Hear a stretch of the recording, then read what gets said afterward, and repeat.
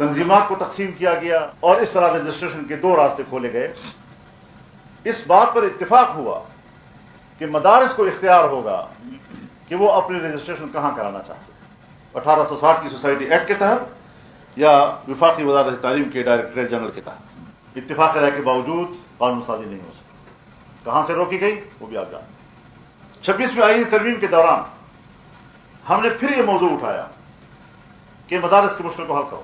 چنانچہ مسودہ ہم نے نہیں بنایا تھا، مسودہ حکومت نے بنایا تھا، اور حکومت کے بنائے ہوئے مسودے کو ہم نے قبول کیا تھا۔ اگر حکومت نے از خود اس بل میں وفاقی وزارت تعلیم کے ڈائریکٹریٹ جنرل کا تذکرہ نہیں کیا تو ہماری کون سی ذمہ داری تھی کہ ہم پیٹتے رہیں کہ بھئی ان کو بھی شامل کرو، ان کو بھی شامل کرو۔ ہمارے نزدیک تو وہ ڈمی ہیں۔ بل پاس ہو گیا، چیخو پکار اٹھی کہ ہم کہاں جائیں، ہم کہاں رجسٹریشن کریں، ہم نے تو وہاں رجسٹریشن کی ہوئی ہے وغیرہ وغیرہ۔ پھر انہوں نے میٹنگ بلائی۔ ہم نے کہا کہ پہلے چونکہ یہ ایکٹ بن چکا ہے لہذا اس ایکٹ کا پہلے گزٹ ہونا چاہیے۔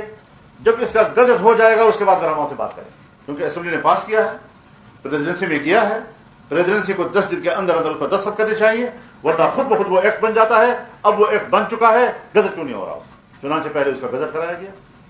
گزٹ کرانے کے بعد پھر انہوں نے میٹنگ بلائی اور کہا جی وہ مدارس جو پیٹ رہے ہیں، چیخ رہے ہیں کہ ہم کہاں جائیں گے، تو ان کے لیے گنجائش۔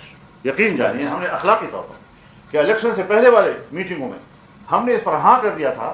اخلاقی طور پر ہم سمجھ رہے تھے کہ اب بھی ہمیں انکار نہیں کرنا چاہیے، کیونکہ ایک دفعہ ہم ہاں کر چکے ہیں تو اب ہمیں ان کو نظر انداز نہیں کرنا چاہیے۔ چنانچہ ان کو شامل کیا گیا، نیا ڈرافٹ بنایا گیا اور اس ڈرافٹ کو بطور آرڈیننس کے جاری کیا گیا۔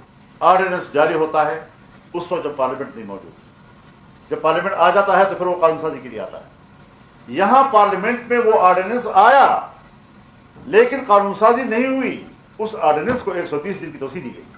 اب آپ اس حوالے سے خود سوچیں کہ ہمارے حکمران اور ان غلام گردشوں میں رہنے والے لوگ ہمارے دینی مدارس اور اداروں کے بارے میں کیا سوچ اور کیا ذہنیت رکھتے ہیں۔ تو یہ بات بھی بہرحال ایکٹ بھی ہو چکا ہے، ایکٹ کے بعد آرڈیننس بھی آ چکا ہے۔ آرڈیننس ابھی تک جو ہے وہ زیر عمل ہے، لیکن اسلام آباد کی حد تک ہے، کیونکہ آرڈیننس جو ہے اس کا وفاق سے تعلق ہے، صوبوں کا ابھی قانون سازی نہیں ہے۔ اب ہمارے لوگ جاتے ہیں رجسٹریشن کے لیے، چاہے اسلام آباد میں جائیں، ڈپٹی کمشنر کون ہوتا ہے جو میرے مدرسے کے محتمم کو یا اس کے ناظم کو کہتا ہے کہ جاؤ اور وزارت تعلیم کے اپنے آپ کو رجسٹر کراؤ، جبکہ وہ کہتا ہے کہ میرے کاغذات تو قانون کے مطابق ہیں، میں تو آپ کی قانون سازی کے تحت آیا ہوں۔ عمل درآمد کی صورتحال یہ ہے میرے دوست۔ اس طرح ناپاکیزہ قسم کے سوچ، بین الاقوامی دباؤ، ان کے اثر رسوخ وہ قابل قبول ہے، لیکن اپنے ملک میں تعلیمی اداروں کے لیے مشکلات پیدا کی جا رہی ہیں۔